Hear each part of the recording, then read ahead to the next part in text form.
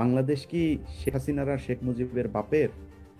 তাদের বাপের বাংলাদেশ, যে তাদের দল করতে হবে, না করলে সরকারি চাকরি হবে না? সরকারকে ট্যাক্স কি শুধু আওয়ামী লীগ দেয়, আর কেউ দেয় না?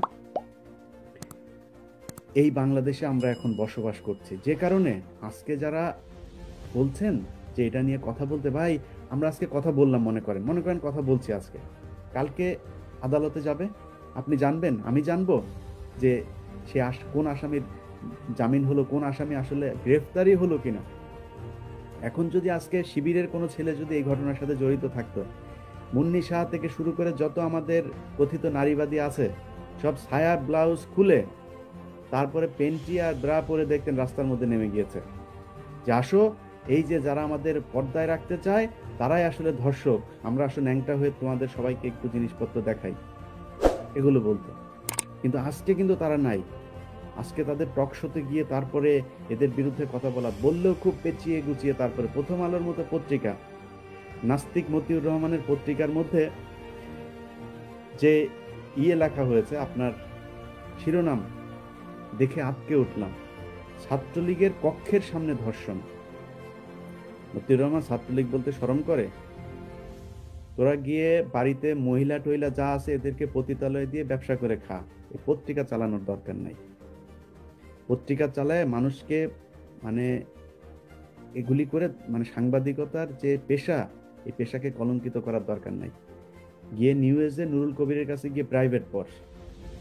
মতিউর রহমান থেকে শুরু করে যারা এখন সাংবাদিক, যত কয়টা পত্রিকার সম্পাদক আছিস, সব কয়টা গিয়ে তারপরে এই নুরুল কবিরের কাছে প্রাইভেট পড়, কেমনে সাংবাদিকতা করা লাগে ওটা শিখ আগে, তারপরে সাংবাদিকতা করতে হয়। একজন লিখছেন যে এখানে ইন্ডিয়ান কিছু জারজ কমেন্ট করছে।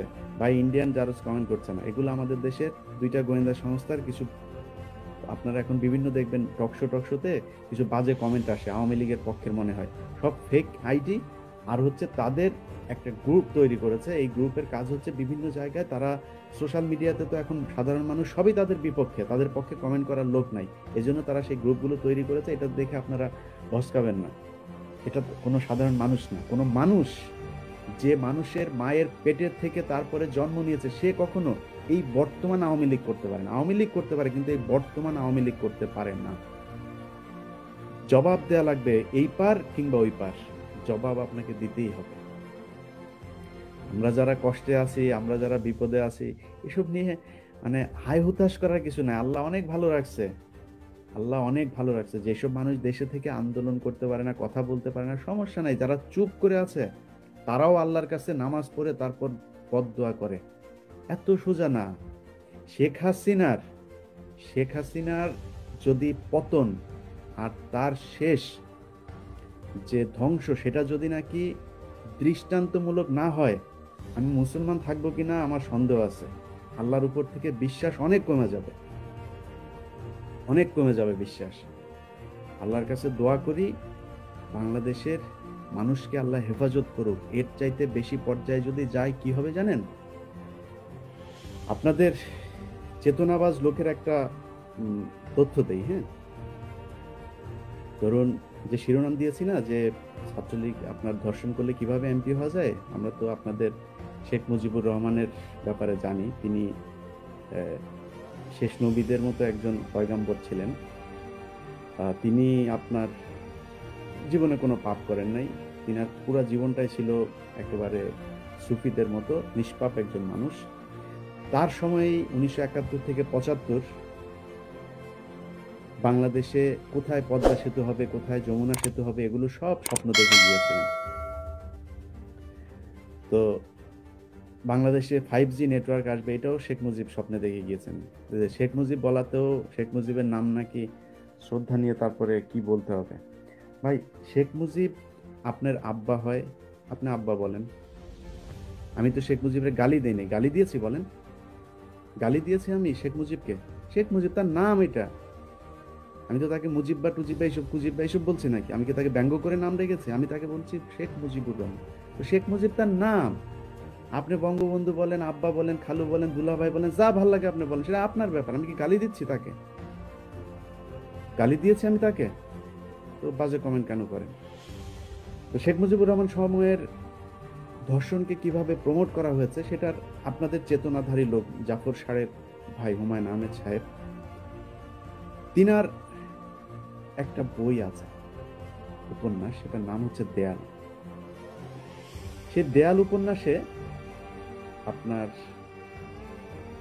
আমি একটু আপনাদেরকে দেখাই সেই পৃষ্ঠার নাম্বার হচ্ছে, একটু মাফ করবেন, আমি পিডিএফ ফাইল থেকে বের করছি তো, ওই বইয়ের 85-86, আমি মনে রেখেছি পৃষ্ঠাটা 85-86, এই দুইটা পৃষ্ঠা একটু পড়বেন। দেয়াল পত্রিকার হুমায়ুন আহমেদের লেখা 85 এবং 86 নাম্বার পৃষ্ঠা দুটা একটু পড়বেন। সেই পৃষ্ঠার মধ্যে লেখা আছে, আমাদের দেশের এখন অনেক মানুষ আছে, মতিউর রহমান নিজামীর মুজাহিদের গাড়িতে পতাকা দেওয়া হয়েছিল, এই জন্য ওনাদের চেতনা চেতে যায়। তো আপনারা যারা এখন এই মুহূর্তে দেখছেন, এই আমার এই ইয়েটা একটা স্ক্রিনশট নিয়ে নেন, যারা পিডিএফ ফাইল থেকে আপনারা নিতে পারেন, আমি একটু সময় দিলাম, এটা একটু স্ক্রিনশট নেন। এটা হচ্ছে 85 নাম্বার, আর পরেরটা হচ্ছে আপনার, এই হচ্ছে 86 নাম্বার। এই দুইটা স্ক্রিনশট নিয়ে রাখেন। আপনারা বইটা সংগ্রহ করতে না পারলেও একটু এখান থেকে হলেও পড়ে নেবেন। তো এই পৃষ্ঠার মধ্যে লেখা আছে, একজন নববধূ, তার বিয়ে হয়েছিল সেদিন, তাকে বরযাত্রী থেকে তুলে নিয়ে যাওয়া হয়েছিল, তার স্বামী এবং গাড়ির যে ড্রাইভার, দুইজনকে খুন করা হয়েছে। আর সেই নারীর লাশ পাওয়া গিয়েছিল টঙ্গী ব্রিজের নিচে 3 দিন পর। তাকে ধর্ষণ করে তারপর হত্যা করা হয়েছে। হত্যা করেছে কে? আজকের যিনি মুক্তিযোদ্ধা বিষয়ক মন্ত্রী আ.খ.ম. মুজাম্মেল হক। সে মুজাম্মেল হকের বাবা তাকে যখন ওই এলাকার, তখন তো সেনাবাহিনীর নিয়ন্ত্রণ ছিল সারা দেশেই, তাদের ক্যাম্প ছিল, অস্থায়ী ক্যাম্পগুলো, টঙ্গী অঞ্চলের ক্যাম্প ছিল মেজর নাসের নামে একজনের নিয়ন্ত্রণে। তিনি এই ঘটনা শোনার পর এই আ.খ.ম. মুজাম্মেলকে গ্রেফতার করে নিয়ে যান তাদের ক্যাম্পে। এরপর মুজাম্মেলের বাবা হচ্ছে গিয়ে এই ঘটনা জেনে মুজাম্মেলের বাবা সেই ক্যাম্পে যান, গিয়ে তাকে থ্রেট করেন যে দেখেন, এটা রাজনৈতিক পর্যায়ে নিয়ে যাবেন না, নিয়ে গেলে আপনি বিপদে পড়বেন, আমার কোনো সমস্যা হবে না, আমি কিন্তু বঙ্গবন্ধুর কাছে তারপর নিয়ে যাব। বঙ্গবন্ধুর কাছেই যায়, সে ছাড়ে নাই, সে বলছে আমি এটা শেষ দেখে ছাড়বো। বঙ্গবন্ধুর কাছেই নিয়ে যাওয়ার পরে বঙ্গবন্ধু বলেন, ওদের এত সাহস, আওয়ামী লীগের লোকজনকে এরকম করে। হচ্ছে এই উপন্যাসটা একটু পড়বেন, হ্যাঁ, আমি কিন্তু গাল গল্প বলছি না। এরপরে শেখ মুজিব উল্টো সেই নাসির সাহেবকে শাস্তি দেন। এখন যারা গাজীপুরে আছে, আ.খ.ম. মুজাম্মেল হক সাহেবের লোকজন, তারা আবার এটার একটা ব্যাখ্যা তৈরি করেছেন। সেই ব্যাখ্যাটা হচ্ছে কি, এই মুজাম্মেল আর সেই মুজাম্মেল না। হুমায়ুন আহমেদের বইতে স্পষ্ট ভাষায় লেখা আছে, তৎকালীন ওই জায়গার জেলা আওয়ামী লীগের সভাপতি, তিনার ছেলে মুজাম্মেল হক। ওই সময় আওয়ামী লীগের সভাপতি কে ছিল এটা একটু জেনে নেবেন, একটু জেনে নিয়ে তারপরে এটা বলতে আসবেন। সেই ব্যক্তি জেলা আওয়ামী লীগের ওই জায়গায় সভাপতি ছিলেন এবং সেই ব্যক্তি রক্ষী বাহিনীর সদস্য ছিলেন। অতএব এই মুজাম্মেল আর সেই মুজাম্মেল একই ব্যক্তি।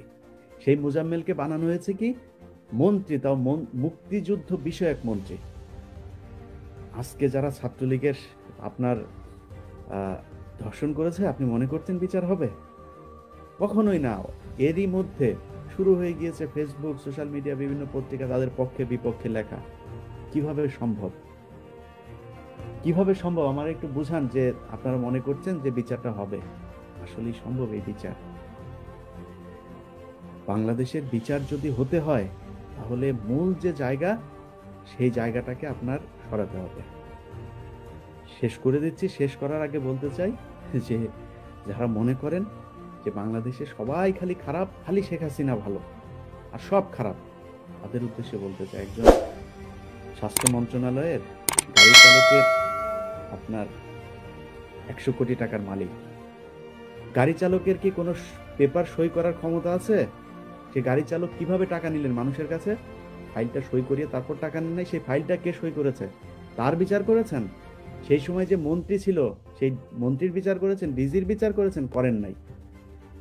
এখন দুই একটা পত্রিকাতে যখন তাকে নিয়ে নিউজ এসেছে, তখন আওয়ামী লীগ তাকে নিয়ে কথা বলছে। তার আগে কথা বলেছেন? তার আগে তো বলেন নাই। এর মানে হচ্ছে আপনারা এসব গোপন করতে চান, দুদিন আগে শেখ হাসিনা সরকারি কর্মকর্তাদের উদ্দেশ্যে বলেছেন যে আপনারা কে কি বললো কে কি লিখলো দেখার দরকার নেই, আপনারা আপনাদের মতো কাজ করেন। এটাই হচ্ছে বর্তমান আওয়ামী লীগের রাজনীতি। অতএব ভোট চোরদের যদি আপনি সরাতে না পারেন, তাহলে চালচোর আর ধর্ষক যারা পুরা রাষ্ট্রকে ধর্ষণ করেছে, সেই ধর্ষকদেরকে যদি সরাতে না পারেন, তাহলে এই একজন দুইজন ধর্ষণকারীকে বিচার করতে পারবেন না। আজকে তাকে করেছে, পরশু আরেকদিন করে। চিন্তা করতে পারেন, একটা মেয়ে স্বামীকে নিয়ে দিনের বেলায় দিনে দুপুরে একটা কলেজে ঘুরতে গিয়েছে, যেটা পাবলিক প্লেস, সেখান থেকে ধরে নিয়ে একটা মেয়েকে ধর্ষণ করে, এটা কত বড় সাহস হলে তারপরে এই কাজটা করতে পারে? একটু চিন্তা করেন।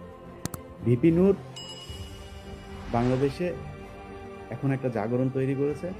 কথাবার্তা বলে লাভ নেই ভাই, যাদের ক্ষমতা আছে, সুযোগ আছে, ভিপি নূরের পাশে গিয়ে দাঁড়ান, রাজপথে তাদেরকে প্রতিহত করতে হবে।